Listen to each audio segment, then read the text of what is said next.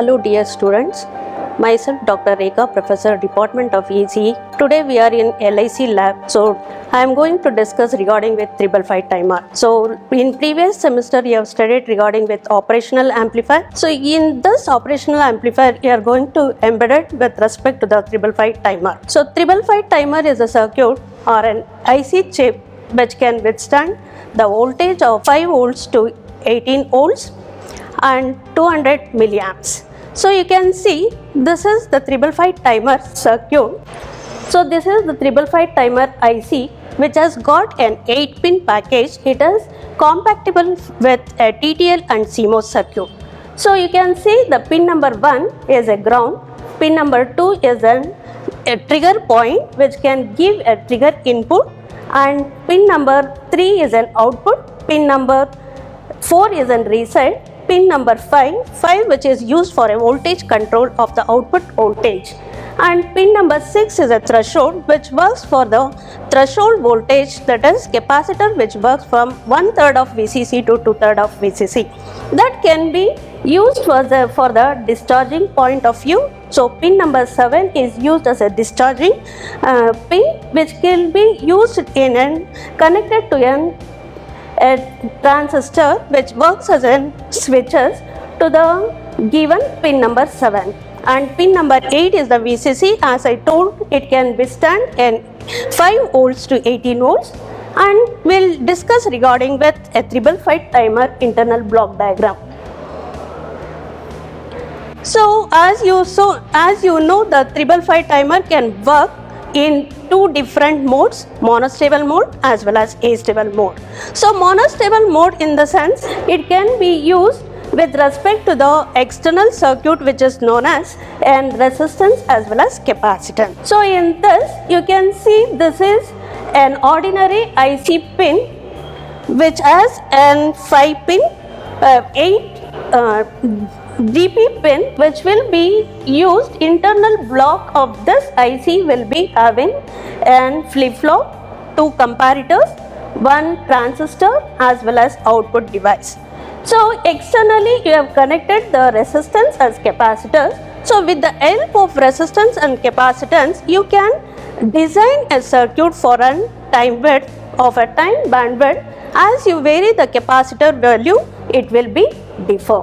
So this is the monostable multivibrator circuit, and also it can be used for the, and also you can see that pin number 2 is given, negative trigger is given, and at the pin number 3 output is taken. So you can see a trigger input and the output will be the reverse, and also the output of the capacitor will be considered at the pin number 7. You can check out here. So the capacitor will charge threshold which is connected to the pin number 6 which works from 1/3 of VCC to 2/3 of VCC. And similarly this is a graphical representation of monostable multivibrator. So you can see this is the trigger point which is connected to pin number 2, and output is connected to the pin number 3, and also you can see the output across the capacitor. So from this you can see that is whenever input is high, output is low, and at that time capacitor across the capacitor voltage will be 0. As the supply is given for the 555 timer circuit, so the trigger point is given to the input. So you can see the output versus input, it is reversed. So whenever it is triggered, so output will be high, and similarly whenever output is high, capacitors start charging till the threshold voltage, that is known as 2/3 of VCC. And similarly same IC can be used for the 2 different modes. As I told you that it can works in a monostable as well as astable multivibrator. So astable multivibrator, you can see here the difference between astable and monostable multivibrator is nothing but in astable multivibrator we won't give a trigger point. So this acts as an voltage that is voltage control oscillator or a free running oscillator. So without giving any input to the circuit, with the help of a DC supply, you can generate a square wave or the sawtooth waveform. So today we will discuss this experiment with respect to the components. So here are the components. You can see that is a 555 timer. So you know that monostable multivibrator with respect to the signal generator will give the trigger point, and with respect to the supply voltage will give a positive supply for the circuit. And as I told, the chip IC chip 555 timer can withstand up to 5 to 18 volts. We have given 10 volts to the supply voltage, and similarly you can see that is it consists of external resistance as well as capacitors.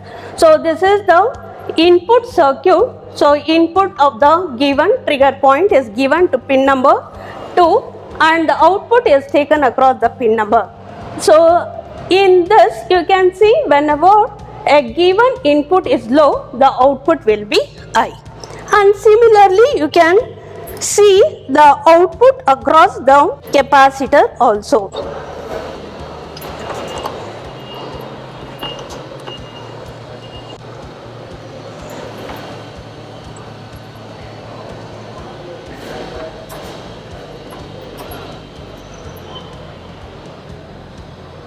So you can see capacitor will, as the trigger input is given, capacitor start charging and suddenly it will discharge because the discharging time will be very less. So you can calculate this with respect to 1.1 RC. So external circuit T frequency will be depend upon the R and C value. As you vary the R and C value, you can design for a different frequency. And similarly you can note down with respect to the time and the time division, and same experiment you can do with an astable multivibrator. So now I will discuss regarding with an astable multivibrator with respect to the given thing. So same IC can be used as an astable multivibrator. So for this same IC, I will do the circuit for the with respect to same IC and the capacitance and resistance which is connected. So instead of an monostable astable we have given, and similarly with respect to the an output we can use for an astable multivibrator. So you know astable multivibrator is a free running oscillator. So without free running oscillator, in this case, without giving an external input trigger circuit, so you have with the help of an positive VCC you have to generate a square wave or sawtooth wave. So now I am connecting with respect to the given input. So the output which will be connected. So first you have to give a positive voltage as well as negative voltage to the given thing. So same IC with 555 timer, we can do the experiment of astable multivibrator. So you can see astable multivibrator, as I told, that is for astable multivibrator which works as an oscillator. So pin number 2 is an input and 6 is a short circuit and given to the external capacitor. So with the help of R and C value you can design an output pulse width, so regarding with given. So now I will connect with the circuit diagram. So positive of VCC is given to the pin number 4 and 8. So pin number 4 and 8 is shorted here. So with the short circuit of the wire, and it is connected to the positive end of the power supply, and negative end of the power supply is connected to the ground. So all resistance, capacitance which is included in this will be connected to the ground reference as well as with reference of the positive, and 13 volts power is given to the power supply. As soon as the power is given, so what happens to the 555 timer? So capacitor start charging. So capacitor start charging with the VCC with R1, R2 and capacitor, and discharges through the R3 to the discharging capacitor. So you can see here an input is not given and I am taking two channels, channel 1 and channel 2 as an output. So channel 1 is across the capacitor what we have connected and channel 2 is connected across the resistance. So in this across the load which is connected with this. So as you know, that is application of 555 timer which works as an astable multivibrator is used to generate a sawtooth waveform. So you can see here a sawtooth waveform will be shown in the CRO. CRO is a graphical representation so that we can measure the voltage, frequency as well as time. So with the help of a time you can adjust the time division multiplexing and with the help of and to adjust the voltage with the help of voltage divider multiplexing. So voltage divider, so you can adjust.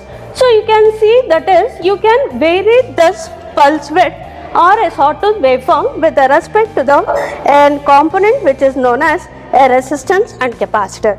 So here the resistance and capacitor, if you take a different value of capacitor, so charging time of this will be different. So you can see here charging and discharging in case of an astable multivibrator which is used as an sawtooth waveform. So for this you can measure the duty cycle. So duty cycle in this case is a T on divided by sum of the T on plus T off. So how you can measure T on?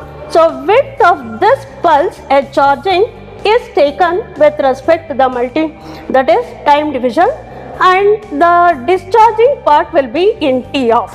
So T on and T off you can measure. So that is will be a total T. So the duty cycle can measure with respect to the CRO.